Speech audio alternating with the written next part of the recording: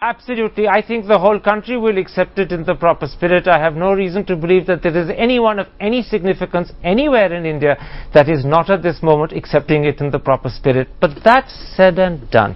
You heard Soli Sorabjee say that there is a certain sense of judicial resolution which this has brought, but then in the very next breath he says this is also not the final judgment. There is an appeal to the Supreme Court. I said that. So what sort of, or what value is there to the resolution that you've got? Because the Supreme Court can overturn it, it could endorse it, it could come up with a completely new judgment altogether. So how much resolution have you got? That is where I think that you use the word that I don't regard that this judgment is very sensible. It does not lead us anywhere. And I want to make one or two more points. One, it is not only against the pleadings of the various parties. It goes against the mandate that was given to the Allahabad High Court when the Supreme Court decided to revive the abated cases. The mandate was restricted to finding out this is the disputed land. Who has title over it? That's one. Secondly, Can I interrupt? To the extent to which they've dismissed the claims of the Sunni Waqf Board as well as the Nirmoy Akhara and a third party, have they not by default, without saying so explicitly, actually decided the title suit? They shied away from saying it explicitly, but by implication they have. Why did they shy away from saying it is Ram Janmabhoomi and belongs to Vishwa Hindu Parishad? No, not Vishwa Hindu Parishad. That is fantastic. So in other words, what you're saying is that there are strains in the judgment that lead to a conclusion, but they don't state the conclusion. There is a basic flaw in their argument. No, please allow me. You see, whenever you talk about that the two communities were worshipping together, they cannot worship together.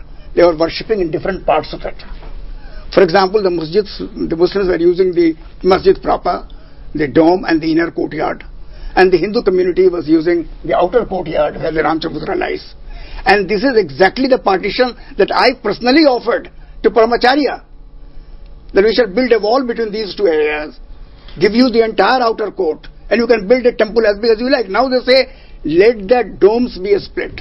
This was said by the government, by some government representative earlier. Okay, so in a real sense, there are echoes in this judgment of what you were talking about earlier. It's a bit of an irony and a pity that what you were saying wasn't accepted earlier, but let's come to another aspect. Given that the land is to be split three ways, and given therefore that the Sunni Waqf Board can do what they want with their share of that property, would you be happy for a mosque to come up side by side with the temple? Many people have often said that that would be the ideal solution, and it would reflect the secular brotherhood that has kept India's Muslims and Hindus together. It will be a symbol of that. Would you accept that? It's not the question of any one party accepting to that. It has to be either a court verdict. The court has to say that if this is the solution that you have to accept, if you don't accept this solution, then you go in for further litigation or anything else. Because let us presume that the Supreme Court upholds the verdict of the Allahabad bench as it is in toto. Even then what happens? It comes to the same solution, that the land is split. Now who will get which land? Now this in fact all the three judges including Justice Khan has suggested that the deity has a legal importance. It is a place of worship, and Hindus hold the deity in the place in very high esteem. So there is a status quo to be maintained. The deity to be displaced has not been said by none of the judges.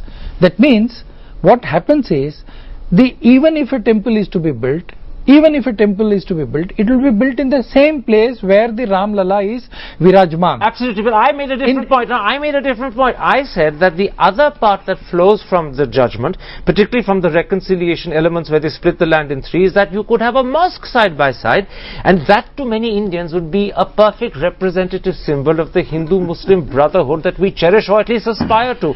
Would you accept that? No, it's a question of how this issue is approached. Once the judgment is read thoroughly, once the issue goes to Supreme Court, and then the Supreme Court verdict comes. So you're hoping that when it goes to the Supreme Court, you get the whole thing rather than just one third? It's not the question of one getting the other. Very quickly.